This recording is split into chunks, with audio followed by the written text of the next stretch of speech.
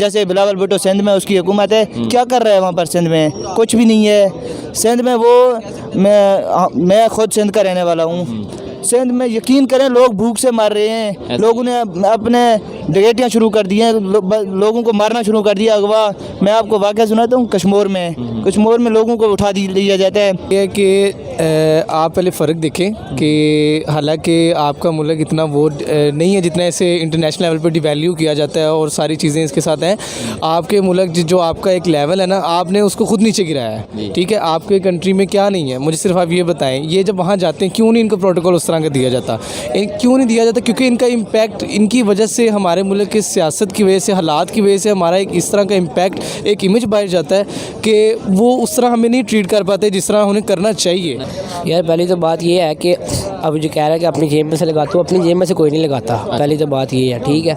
और दूसरी बात है कि अगर उसको वहाँ पे जाकर इतना वो उस लेवल का प्रोटोकॉल नहीं मिल रहा जो हमारे यहाँ पे आते हैं तो उनको मिलता है, तो उसकी वजह सबसे बड़ी ये है कि हमारी जो कंट्री की उसकी इतनी रिस्पेक्ट नहीं है जितनी बाकी कंट्रीज़ की है। अस्सलाम वालेकुम, नमस्ते, सत श्री अकाल, आदाब। This is Bilal from Pakistan and welcome back to my YouTube channel professor परटोन। गाइस, आज हम बात करने वाले हैं बहुत ही गहमा गहमी है उनके बारे में आजकल न्यूज़ में कि Bilawal Bhutto foreign minister of Pakistan, उनका ये कहना है कि जब भी वो किसी भी फॉरेन कंट्री में जाते हैं टूर के ऊपर, उनको जेब खर्च नहीं दिया जाता। जब भी वो फॉरेन कंट्री में जाते हैं टूर के ऊपर, वो अपनी जेब से खर्चा करते हैं, खुद से खर्चा कर रहे होते हैं। पाकिस्तान गवर्नमेंट की तरफ से उन्हें कुछ नहीं दिया जाता, ना ही अगले कंट्री की तरफ से उनको कुछ सर्व किया जाता है। तो साथ में साथ उन्होंने ये भी बोला है कि शहबाज शरीफ की हुकूमत कुछ खास काम नहीं कर रही, उसकी तरफ से इनको कोई फ़ायदा नहीं है। तो इस बात को मद्देनजर रखा जाए तो देखा जाए जितने भी वीआईपीज़ और इसका फायदा क्या हुआ? पीएम मोदी हो गए या इनके कोई भी फॉरेन मिनिस्टर हो गए दूसरे कंट्रीज में जा रहे होते हैं, तो उनको वीआईपी प्रोटोकॉल दिया जा रहा होता है, उनको पैसे नहीं लिए जा रहे होते, बल्कि सर्व किया जा रहा होता है उनको।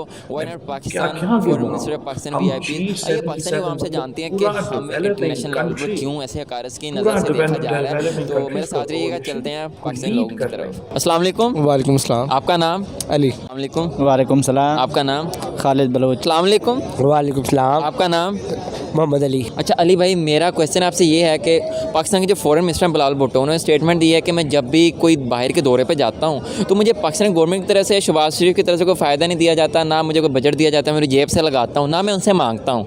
ठीक है, इस तरह से अगर कोई और फॉरेन कंट्री वाले हमारे पाकिस्तान में आते हैं, हम उनकी फ्री में काम कर रहे होते हैं, फ्री में राइस दे रहे होते हैं, खाना पीना दे रहे होते हैं, हमारे मुल्क वालों को क्यों? अच्छा, इसमें सबसे पहले बात तो ये है कि आप पहले फ़र्क देखें कि हालांकि आपका मुल्क इतना वो नहीं है जितना ऐसे इंटरनेशनल लेवल पर डिवैल्यू किया जाता है और सारी चीज़ें इसके साथ हैं। आपके मुल्क जो आपका एक लेवल है ना, आपने उसको खुद नीचे गिराया है। ठीक है, आपके कंट्री में क्या नहीं है, मुझे सिर्फ आप ये बताएं। ये जब वहाँ जाते हैं क्यों नहीं इनको प्रोटोकॉल उस तरह का दिया जाता? क्यों नहीं दिया जाता? क्योंकि इनका इम्पैक्ट इनकी वजह से, हमारे मुल्क की सियासत की वजह से, हालात की वजह से हमारा एक इस तरह का इम्पैक्ट, एक इमेज बाहर जाता है कि वो उस तरह हमें नहीं ट्रीट कर पाते जिस तरह उन्हें करना चाहिए, जिस तरह उन्हें करना चाहिए। लेकिन जब वो यहाँ आते हैं, और जिस तरह ये बिलावल ने कहा कि मुझे शहबाज शरीफ की तरफ से, आप सबसे पहले ये देखें कि मेरा जहाँ तक ख्याल है कि ये फ़र्स्ट टाइम हुआ है एशिया के अंदर कि आपने देखा है कि 3 पार्टीज़ ने, सियासी पार्टीज़ ने मिलकर एक हुकूमत बनाई हुई है। आप मुझे बताएं कि ऐसा निज़ाम आपने कभी देखा कहीं पे? और कौन आना चाहेगा इनके साथ? कि अगर उसने फॉरेन मिनिस्टर से मिलना है तो वो कोई और है, आपका वज़ीर दाखिला कोई और है, आपका कोई जो प्राइम मिनिस्टर है वो किसी और पार्टी से बिलोंग करता है, उसके ख्यालात जज्बात कुछ और हैं, आपके फॉरेन मिनिस्टर के कुछ और हैं। तो वो क्या आपके साथ मुशावरत, क्या आपके साथ तरक्की की बात, या क्या वो आपके साथ करना चाहेंगे? उन्हें तो वो समझ नहीं आएगी कि मुझे किससे बात करनी है, किससे नहीं।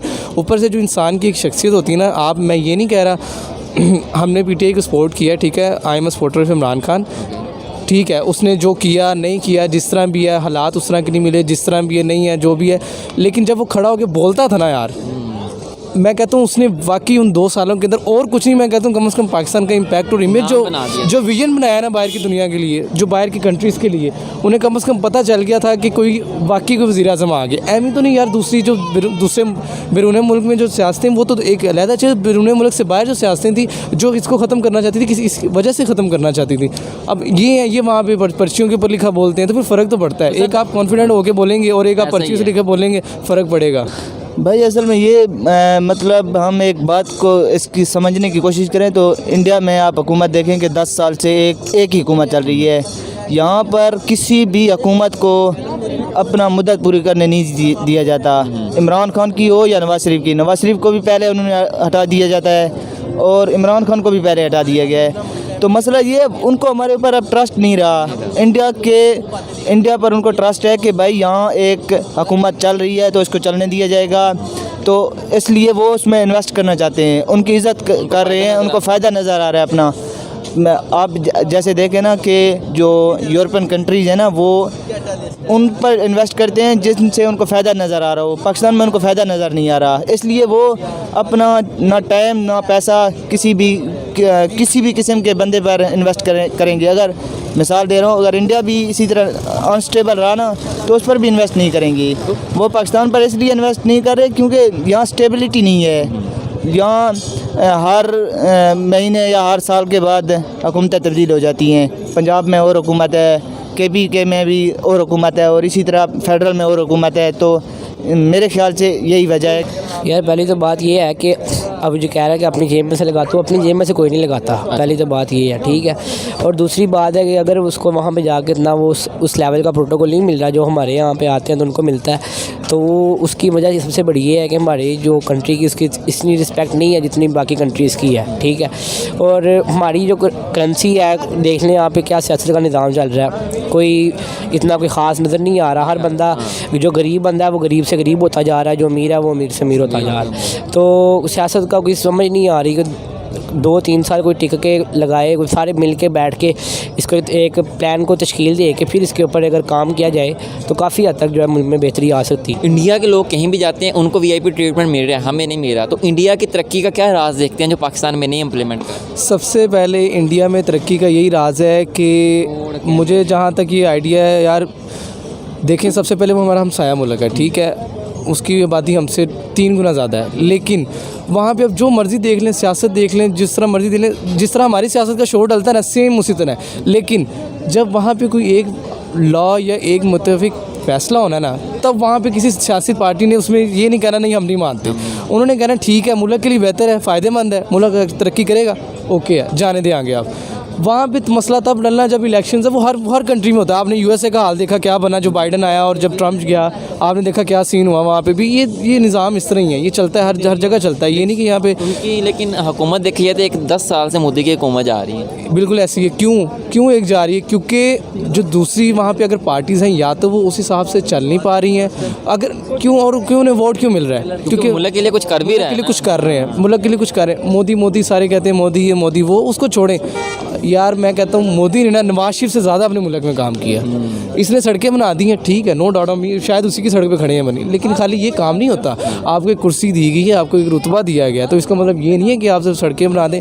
देखें, एक इमारत आप बाहर से बना दें, अंदर उसका इंटीरियर कुछ हो ही ना, इमारत कितनी देर खड़ी रहेगी?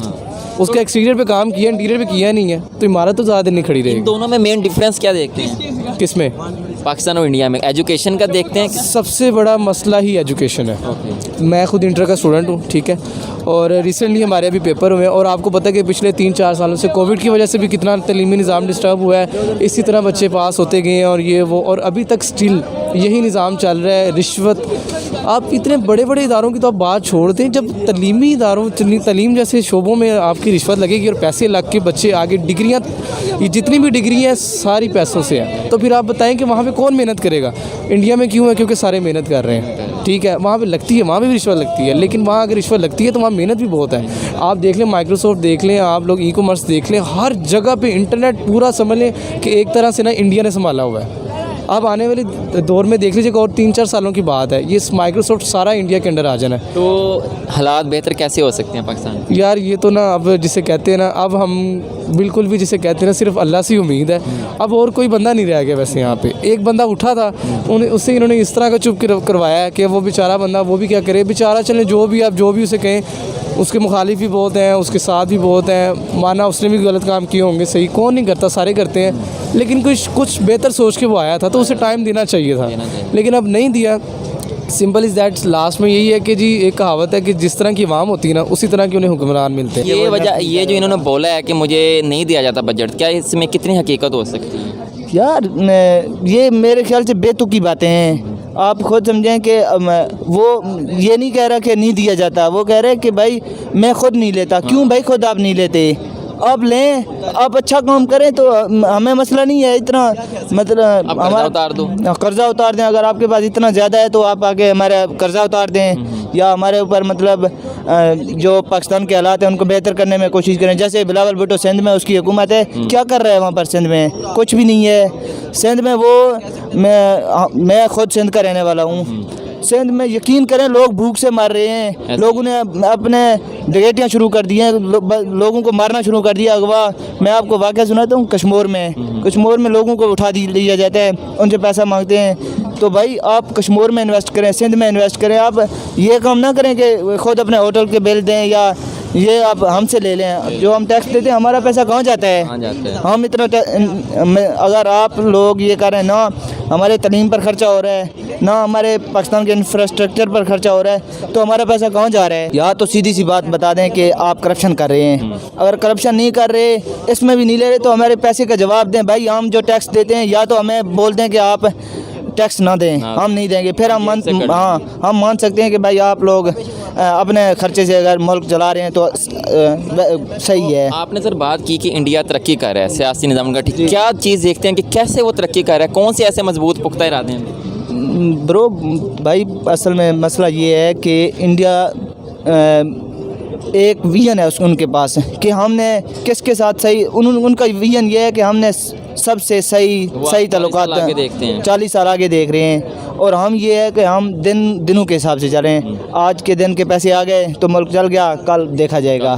कल के पैसे आ गए, परसों देखा जाएगा। यही मसला है। बेहतर कैसे हो सकते हैं? बेहतर यही हो सकता है कि ये पॉलिटिशियन अपने ज़ाती मफादात को छोड़कर हमारे लिए सोचें, हमारे बच्चों के लिए सोचें, अपने मुल्क पर तवज्जो दें, ना कि किसी